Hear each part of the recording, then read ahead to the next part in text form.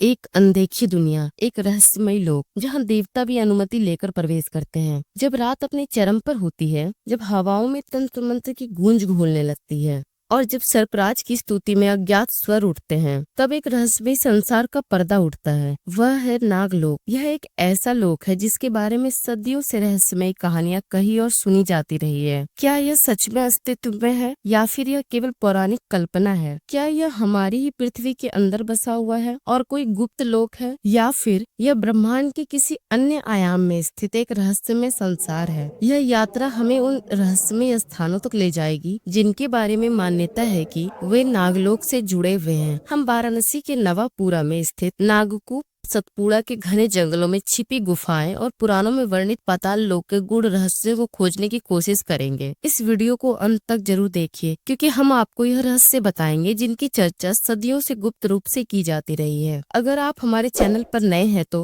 हमारे चैनल को सब्सक्राइब कर लीजिए और वीडियो को एक लाइक कर दीजिए। तो चलिए चलते हैं इस रहस्यमय पड़ताल पर सबसे पहले हम बात करेंगे नागलोक की उत्पत्ति की, यानी सृष्टि के आरंभ में नाग कहाँ से आए। हिंदू पौराणिक कथाओं के अनुसार महर्षि कश्यप की 13 पत्नियां थी। इन पत्नियों में से एक थी कद्रू, जिन्होंने नागवंश को जन्म दिया। कहते हैं कि ब्रह्मांड के प्रारंभ में जब धरती, आकाश और पाताल लोक की रचना हुई, तब नागों को एक विशेष स्थान दिया गया। नागलोक यह स्थान केवल नागों का निवास स्थान ही नहीं, बल्कि गूढ़ रहस्यों, अमृत की खोज और महाशक्ति का केंद्र भी बना। ग्रंथों में कहा गया है कि नागलोक पाताल लोक के 7 हिस्सों में से एक है, जिसे अन्य लोकों की तुलना में कहीं अधिक रहस्यमय और खतरनाक माना जाता है। नागलोक का स्वरूप कैसा दिखता है? इस रहस्यमय संसार का भागवत पुराण और महाभारत में उल्लेख है। नागलोक सोने और बहुमूल्य रत्नों से जड़ा हुआ एक भव्य साम्राज्य है। यहाँ के भवन सोने से बने हुए हैं और इनकी दीवारों पर रत्न जड़े हुए हैं जो स्वयं प्रकाशित होते हैं। यहाँ की गुफाएं और सुरंगें रहस्यमय शक्तियों से भरी हुई है और इसका प्रवेश केवल उन्हीं को मिलता है जिन्हें इसकी गुप्त विधियां ज्ञात होती है।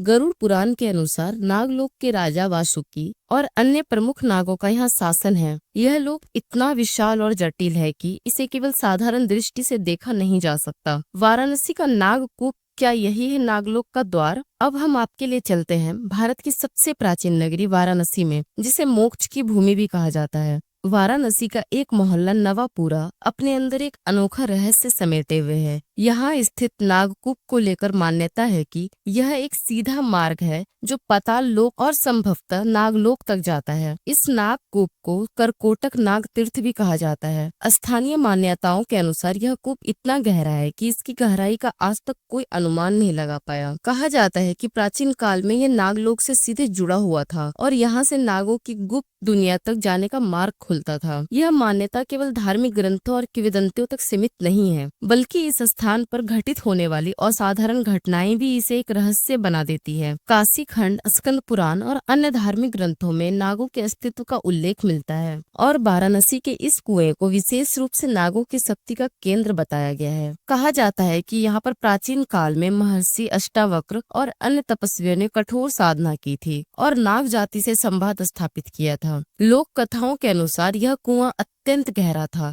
और जब भी कोई इसके भीतर झांकता तो उसे एक अनंत अंधकार और रहस्यमय धुंध दिखाई देती थी। कई लोग मानते हैं कि इस कुएं से रहस्यमय ऊर्जा निकलती है और विशेष तिथियों पर यहाँ तांत्रिक और सिद्ध साधकों की उपस्थिति देखी जाती है। वाराणसी के कई स्थानीय लोगों का दावा है कि इस कुएं के आसपास असाधारण घटनाएं घटती रहती है, जैसे अचानक सांपों का दिखाई देना और फिर रहस्यमय ढंग से गायब हो जाना। यह भी कहा जाता है कि यहाँ सर्प देवताओं की पूजा करने से विशेष सिद्धियां प्राप्त होती है और कुछ लोग आज भी इसे नागलोक का प्रवेश द्वार मानते हैं। हालांकि वैज्ञानिक दृष्टिकोण से यह एक प्राचीन कुआं मात्र हो सकता है, लेकिन पुराणों और वाराणसी की गूढ़ आध्यात्मिकता को देखते हुए इसे सिर्फ एक साधारण कुआं कहना भी सही नहीं होगा। वाराणसी स्वयं एक ऐसी नगरी है जिसे अनादिकाल से शिव और अन्य दिव्य शक्तियों का केंद्र माना गया है और ऐसे में नागकूप को लेकर फैली रहस्यमय मान्यताएं और घटनाएं इसे और भी रहस्यपूर्ण बना देती है। क्या यह वास्तव में नागलोक का प्रवेश द्वार है या फिर केवल एक पौराणिक कथा है? यह प्रश्न आज भी अनसुलझा है और शायद भविष्य में भी इसका रहस्य वैसा ही बना रहेगा जैसा हजारों वर्षों से चला आ रहा है। सतपुड़ा के जंगल नागलोक का दुस्साहनिया प्रचलित है। अब हम आपको लिए चलते हैं मध्य भारत के सतपुड़ा के घने जंगलों में, जहाँ कई कई रहस्यमय गुफाएं मौजूद है जिनके बारे में सदियों से रहस्य और भय की कहानियां प्रचलित हैं। इन गुफाओं को लेकर आदिवासी जनजातियों में यह मान्यता है कि यहाँ ऐसी सुरंगें हैं जो धरती के नीचे किसी गूढ़ और अज्ञात स्थान तक जाती है। कुछ स्थानीय लोगों का दावा है कि इन गुफाओं में प्रवेश करने वाले कई लोग कभी लौट कर नहीं आए, जिससे यह स्थान और भी रहस्यमय बन जाता है। आदिवासी कथाओं में यह भी कहा जाता है कि यह गुफाएं केवल साधारण चट्टानों का समूह नहीं बल्कि किसी प्राचीन और अलौकिक सभ्यता का हिस्सा है। कुछ कथाओं में तो यह तक बताया गया है कि इन गुफाओं के भीतर नागवंशी साधक या नागलोक के रक्षक रहते हैं जो किसी भी बाहरी व्यक्ति को वहां प्रवेश नहीं करने देते। कहा जाता है कि जो कोई इन गुफाओं के भीतर जाने का प्रयास करता है वो या तो कोई अदृश्य शक्तियों का शिकार बन जाता है या फिर किसी रहस्यमय संसार में खो जाता है जहाँ से वापसी असंभव है। कई साहसी व्यक्तियों और शोधकर्ताओं ने इन गुफाओं के रहस्य को जानने की कोशिश की, लेकिन उनमें से कुछ ही वापस आ सके। जो लौटे उन्होंने वहां असाधारण ऊर्जा, रहस्यमय छाया और विचित्र ध्वनियों का अनुभव किया। वैज्ञानिक दृष्टिकोण से देखा जाए तो सतपुड़ा की गुफाओं में प्राचीन मानव सभ्यता के संकेत मिले हैं, जिनमें हजारों साल पुराने शैलचित्र, अद्वितीय संरचनाएं और रहस्यमय खुदाई के प्रमाण शामिल हैं। हालांकि इन सब के बावजूद यह प्रश्न अब भी बना हुआ है कि क्या यह गुफाएं सिर्फ प्राचीन मानव सभ्यता की निशानी है या फिर वास्तव में नागलोक का प्रवेश द्वार है। क्या यहाँ अब भी कोई गूढ़ शक्ति सक्रिय है जो इसे बाहरी दुनिया से छुपाए रखती है। सतपुड़ा के इन रहस्यमय जंगलों में अब भी कई रहस्य छुपे हुए हैं जिनका उत्तर ना विज्ञान दे सका है और ना ही अध्यात्म। यह स्थान एक ऐसी अबूझ पहेली बना हुआ है जो जितनी गहरी होती जाती है उतनी ही अधिक जिज्ञासा और भय को जन्म देती है। आगे बढ़ने से पहले आप हमारे चैनल स्टोरी हेवन टीवी को सब्सक्राइब कर लीजिए और वीडियो को एक लाइक कर दीजिए ताकि हमें ऐसे ही रहस्यमय और रोमांचक वीडियो बनाने की प्रेरणा मिलती रहे। आपका एक सब्सक्राइब हमें और भी बेहतर कंटेंट लाने के लिए मोटिवेशन देता है, तो जल्दी से सब्सक्राइब करें और बेल आइकन दबाएं ताकि आपको हमारे हर नए वीडियो की नोटिफिकेशन सबसे पहले मिले। अब हम आपको लिए चलते हैं नागलोक के प्रमुख नाग की तरफ। कौन है नागलोक का सबसे शक्तिशाली स्वामी? नागलोक केवल एक स्थान नहीं बल्कि एक संपूर्ण साम्राज्य है जहाँ कई शक्तिशाली नागों का निवास है। इनमें से कुछ प्रमुख नाग है। वासुकी नाग यानी नागों के राजा वासुकी का जन्म महर्षि कश्यप और उनकी पत्नी कद्रू से हुआ। महर्षि कश्यप ने अपनी 13 पत्नियों में से एक कद्रू से नागों की उत्पत्ति की थी।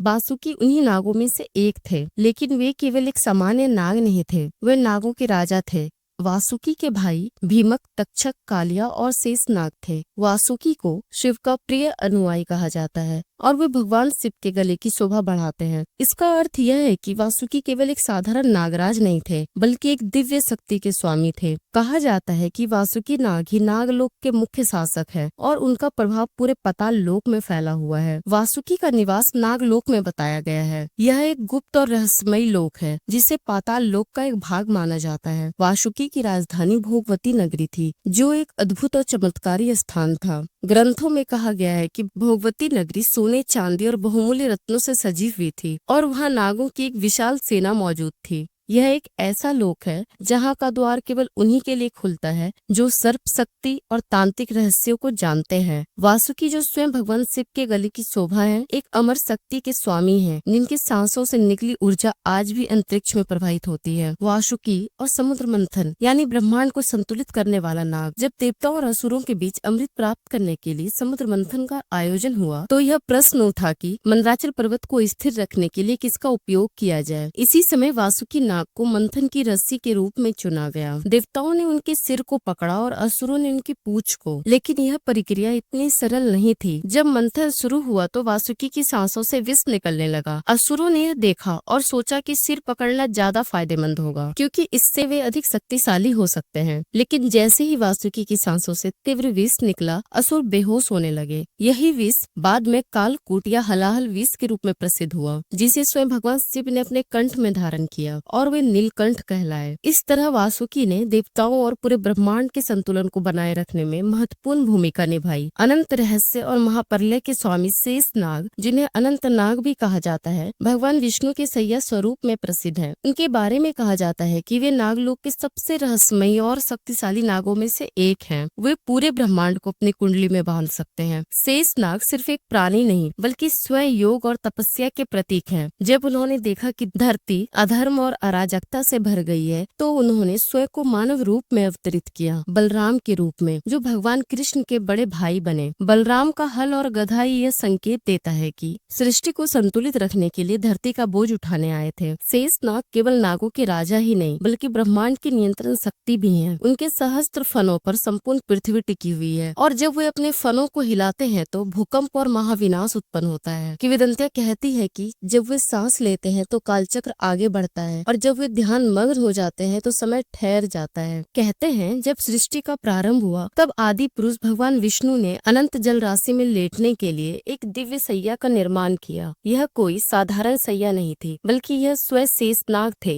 जो अनंत काल तक सृष्टि के संचालन के साक्षी रहे। शेष का अर्थ ही होता है जो शेष रह जाए, यानी जब सब कुछ समाप्त हो जाएगा तब भी शेषनाग ही रहेंगे। ऐसा कहा जाता है कि शेषनाग आज भी पाताल लोक में ध्यान मग्न है और जब सृष्टि का अंत होगा तब वे अपनी सहस्त्रों फनों से ब्रह्मांड को लपेटकर महाप्रलय की शुरुआत करेंगे। कुछ तांत्रिक और सिद्ध पुरुषों का मानना है कि शेषनाग की शक्ति को जागृत करने के लिए विशेष नाग साधना की जाती है, जिससे साधक को पाताल लोक की अनदेखी गहराइयों तक जाना पड़ता है। अब एक सवाल हमारे मन में उत्पन्न होता है कि क्या शेषनाग अब भी जागृत हैं? कई मान्यताएं कहती है कि शेषनाग आज भी हिमालय की किसी गुप्त स्थान पर योग निद्रा में लीन है। कुछ साधुओं ने दावा किया है कि उन्होंने ध्यान में एक विशाल नाग को देखा जिसकी आवाज सूर्य से भी अधिक तेजस्वी थी। यह रहस्य आज भी अनसुलझा हुआ है कि क्या शेषनाग कभी पुनः जागृत होंगे, क्या वे महाप्रलय के संकेत देंगे या फिर वे केवल उन योगियों के लिए प्रकट होते हैं जो सच्चे साधक हैं, जो सृष्टि के आरंभ से हैं। वे ही सृष्टि के अंत के साक्षी होंगे। तक्षक महाभारत काल का सबसे भयावह और क्रूर नाग था जिसकी कुटिलता और प्रतिशोध की कहानियां इतिहास में दर्ज है।